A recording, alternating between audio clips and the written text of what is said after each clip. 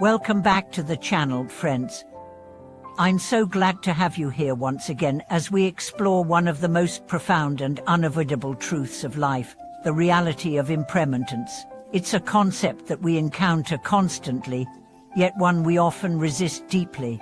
We try to hold on to moments, to people, to things, but the inevitable truth remains: everything changes. But why is it so hard for us to embrace this truth?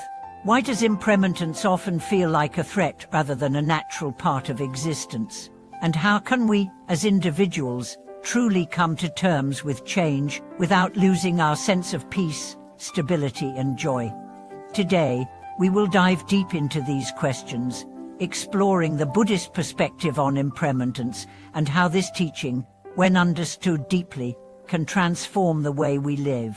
We will also discuss practical ways to embrace change in our lives, to not just accept impermanence, but to welcome it with open arms, understanding that it is not something to fear, but something to flow with. To begin, let's define what impermanence really means. At its core, impermanence is the understanding that all things are in a constant state of flux. Nothing is fixed. Everything, from our bodies to our relationships, our emotions to our thoughts, is constantly changing. And while this may sound like a simple observation, it's a truth that can be difficult to fully internalize. Think about it for a moment. How often do we try to resist change? How often do we cling to the way things are, fearing that if we let go, we might lose something important? We hold on to relationships, jobs, and identities, desperately trying to freeze them in time, as if somehow the act of grasping will make them eternal. This is the root of much of our suffering. The Buddha's teachings on impermanence point out that our attachment to things that are destined to change is what causes us pain. The key isn't in trying to make things last forever, but in seeing them clearly as they are beautiful and fleeting. When we understand that everything is temporary, we begin to free ourselves from the burden of attachment. We stop trying to control life, and we start to flow with it. But let's be real, it's hard to let go. We are conditioned to hold on. We are taught that success is measured by how much we accumulate, how much we preserve, how much we can control. We chase stability, permanence and security, believing that these are the things that will bring us happiness. But the more we chase them, the more we feel unstable.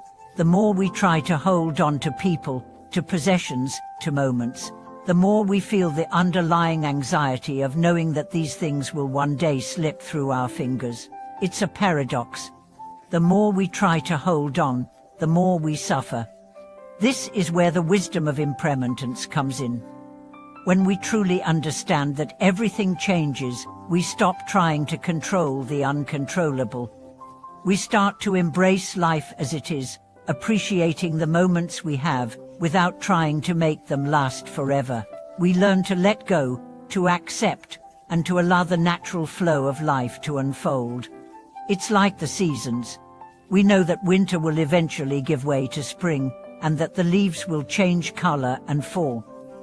There is no resistance to this. There is only acceptance of the natural cycle.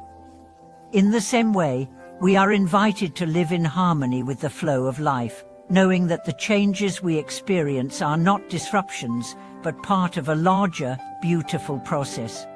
One of the reasons impermanence is so difficult for us to embrace is because we tend to identify with things that are impermanent. We identify with our bodies, our jobs, our relationships, and even our thoughts. When these things change, we feel as though we are changing too. We feel threatened by the loss of something we thought was essential to who we are. But here's the truth: our true nature is not bound to these things. The essence of who we are is not defined by our appearance, our job, or our circumstances. Our true nature is the awareness behind all these experiences. The Buddha called this awareness that witnessing consciousness, or the true self, the part of us that remains unchanged, regardless of what happens on the surface. When we can shift our identification from the impermanent to the permanent, we find a deep sense of peace. We begin to see ourselves as not separate from the world, but as part of the flow of life itself. We realize that the changes we experience are not personal failures, but part of the great unfolding of existence. But how do we begin to make this shift?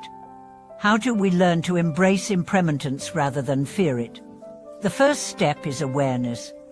The Buddha's teachings emphasize mindfulness, being fully present in the moment, seeing things as they are, without judgment or attachment.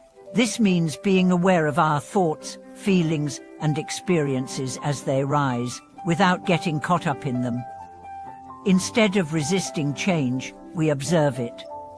Instead of clinging, we allow it to flow. Mindfulness helps us to see the impermanent nature of all things more clearly. It allows us to recognize that nothing is fixed, and that this is not a bad thing.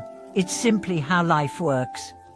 When we practice mindfulness, we start to see the beauty in each moment, knowing that it will pass, but that it is no less precious for its fleeting nature. The second step is letting go. Letting go does not mean giving up. It means releasing our attachment to how things should be and allowing ourselves to be open to how they are. It's about releasing the need to control, to hold on, to freeze time. Letting go means being willing to experience life in its full, ever-changing spectrum: joy, sorrow, growth, decay, and finding peace in the flow of it all. This can be a difficult practice, especially when we are faced with loss or uncertainty, but it's in these moments that the practice of letting go becomes most powerful. When we can let go of our attachment to a particular outcome or situation, we make room for something new to enter. We stop resisting change, and instead, we learn to welcome it. And lastly, we can embrace impermanence by recognizing that life's impermanence is not something to fear, but something to celebrate. When we understand that nothing is permanent, we realize that every moment is precious. We begin to appreciate the beauty in the temporary, the joy in the fleeting. We start to live with a sense of urgency, not the kind that comes from anxiety, but the kind that comes from knowing how precious and fragile life is.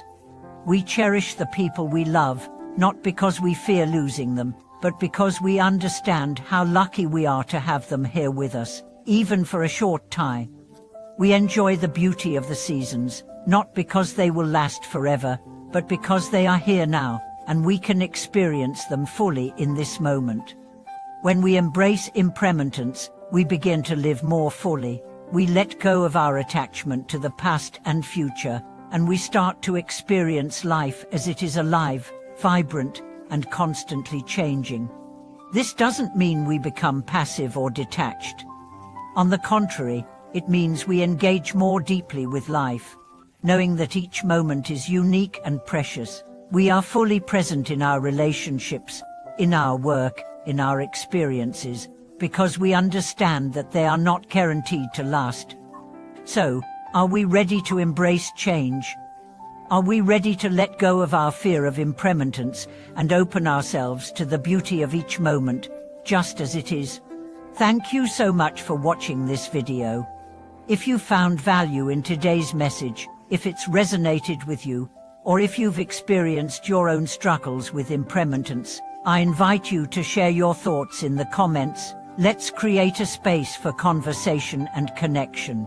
And if this video has inspired you, please like, subscribe, and support the channel so we can continue sharing these teachings. Until next time, may you find peace in the flow of life, and may you embrace each change with an open heart.